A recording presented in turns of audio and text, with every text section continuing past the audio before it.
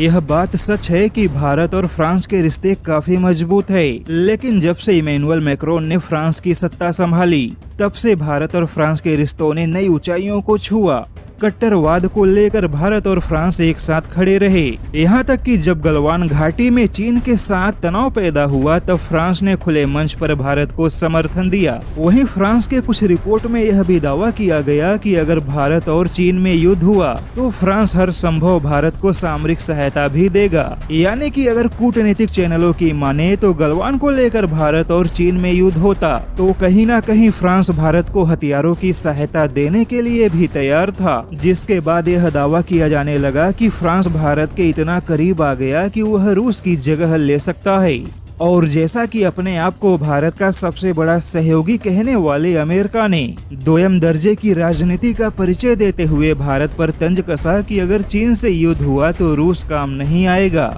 इसलिए भारत को रूस का साथ छोड़ देना चाहिए। लेकिन फ्रांस ने भारत को लेकर अमेरिका की ऐसी बयानबाजियों को समर्थन नहीं दिया। यानी कि रूस को लेकर भारत पर दबाव बनाने की अमेरिका और पश्चिमी देशों की ओर से जो भी कोशिश की गई, उन कोशिशों में फ्रांस ने बिल्कुल भी सहयोग नहीं दिया। यानी कि जिस प्रकार से रूस को लेकर भारत इस समय तटस्थ की भूमिका में है, ठीक उसी प्रकार से रूस को लेकर भारत पर दबाव बनाने की अमेरिका के किसी भी कोशिशों के विरुद्ध फ्रांस तटस्थ की भूमिका में था और अभी भी है। यहाँ तक कि रूस के मुद्दे को लेकर भारत के तटस्थ की भूमिका के प्रति अमेरिका और पश्चिमी देशों में जो नाराजगी दिखाई दे रही थी, उस नाराजगी को दूर करने और जर्मनी जैसे देशों को समझाने में भी फ्रांस ने बहुत बड़ी कोशिश की। यानी कि राजनीतिक हालात चाहे जैसे भी हों, लेकिन फ्रांस हमेशा भारत के समर्थन में खड़ा रहा। हालांकि आज भले ही रूस के मुद्दे पर अमेरिका और फ्रांस एक साथ खड़े हैं, लेकिन रूस के मुद्दे को छोड़ दिया जाए